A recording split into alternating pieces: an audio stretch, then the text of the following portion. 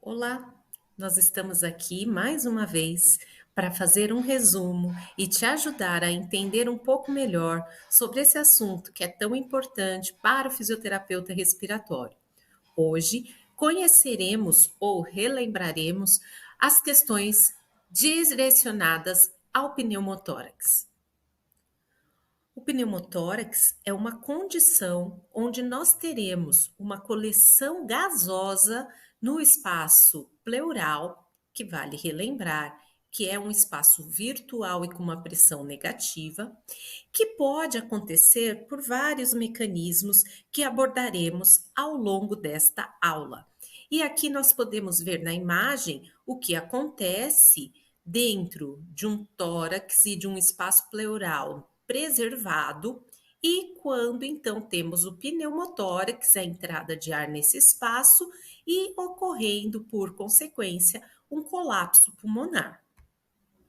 Trago aqui nesse slide um gráfico que mostra para nós três condições que variam ao longo do ciclo respiratório: o volume pulmonar, a pressão alveolar e a pressão pleural. Observe que a pressão intrapleural, ela é normalmente uma pressão negativa, ou seja, é uma pressão menor do que a pressão atmosférica por conta de uma condição relacionada ao recuo da parede pulmonar para dentro e também por conta da parede torácica que traciona toda essa estrutura. Portanto, quando falamos de pneumotórax, estamos falando da entrada de ar para dentro desse espaço pleural através do tecido mediastinal ou através de perfurações propriamente ditas da pleura. Como vocês podem observar nessa segunda parte da figura, no B, nós podemos verificar que, com uma lesão dessa estrutura pleural, nós vamos gerar um equilíbrio entre as pressões atmosféricas e a pressão pleural. Com isso, permitindo que o ar flua para dentro da cavidade pleural que antes apresentava pressão negativa. A partir do momento que aumenta a pressão pleural, nós vamos ter um colapso dentro da estrutura pulmonar e, com isso, gerando uma redução propriamente dita desse volume pulmonar. E então, como nós podemos classificar o pneumotórax? Nós temos dois tipos. O primeiro, que chamamos de espontâneo, e o segundo, que chamamos de adquirido. Porém, eles podem ainda se subdividir. No caso do pneumotórax espontâneo, eu ainda posso classificá-lo como primário ou secundário. O pneumotórax primário, como o nome já sugere, ele é ocasionado sem um fator determinante propriamente dito. E a sua incidência gira em torno de 10 casos para cada 100 mil relacionado durante o ano. Acomete mais homens na faixa etária de 20 a 40 anos, geralmente com biotipo longilíneo.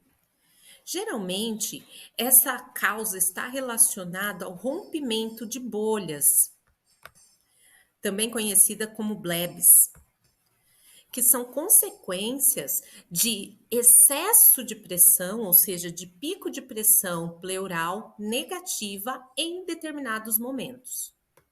Já o derrame pleural espontâneo do tipo secundário vai ser originado devido a alguma patologia de base, como no caso dos DPOCs, dos asmáticos, entre várias outras condições. Como no pneumotórax secundário existe correlação com uma doença de base, os quadros tendem a ser mais graves do que no pneumotórax primário. Já no caso dos pneumotórax adquiridos, temos dois fatores. os traumáticos, que geralmente são ferimentos por arma de fogo, arma branca, materiais perfuro-cortantes, entre várias outras condições. Mas também apresentamos o caso das iatrogenias, como muitas vezes identificamos no momento da passagem de um catéter ou de um dreno.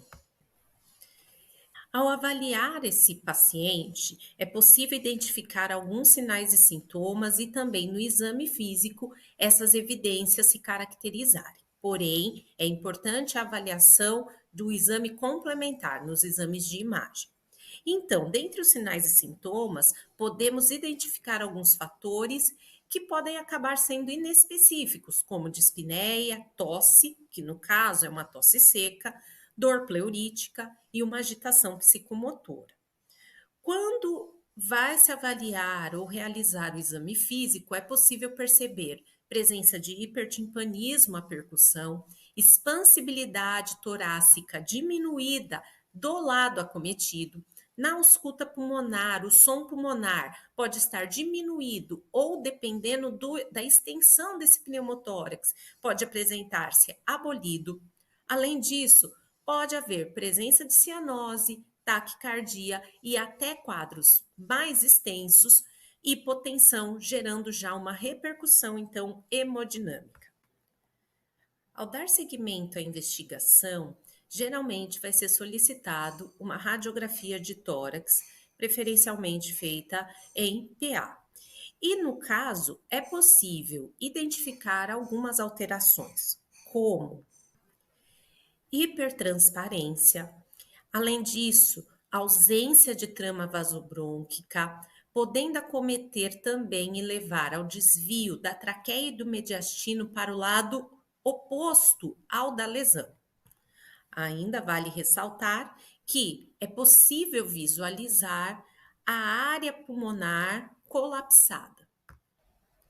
Um outro exame também utilizado com maior sensibilidade e que pode ser adicionado nessa investigação, principalmente na suspeita de pneumotórax de menor extensão, é a tomografia de tórax. Além disso, nós podemos utilizar a tomografia de tórax para demonstrar a presença de ar na cavidade pleural por septação ou por localização na porção anterior do pulmão. Para pensarmos em tratamento, é necessário levar em consideração alguns pontos, entre eles a etiologia do pneumotórax, a magnitude e também as condições clínicas do paciente nesse momento. Essa abordagem de tratamento daria uma aula extremamente extensa para abordarmos. Então, vamos resumir os principais pontos do tratamento. Oxigênio suplementar. Acredita-se que altas concentrações, altas doses de oxigênio pode aumentar a velocidade de absorção do pneumotórax por conta da retirada do nitrogênio. Sendo assim, a titulação de oxigenoterapia suplementar é uma condição a ser avaliada. Além disso, o médico irá avaliar e prescrever analgésicos e também poderá ser solicitada a aspiração do ar.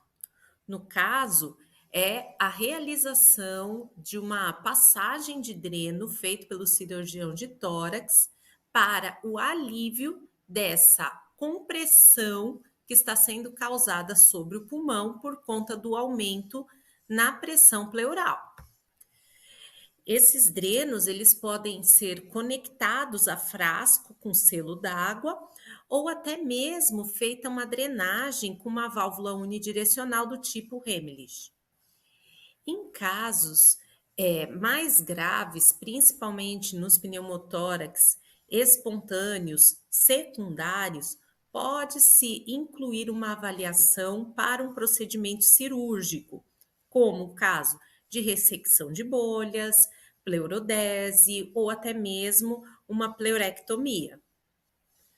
Como aqui nessa aula a maior parte são estudantes de fisioterapia, eu quero também fazer um alerta.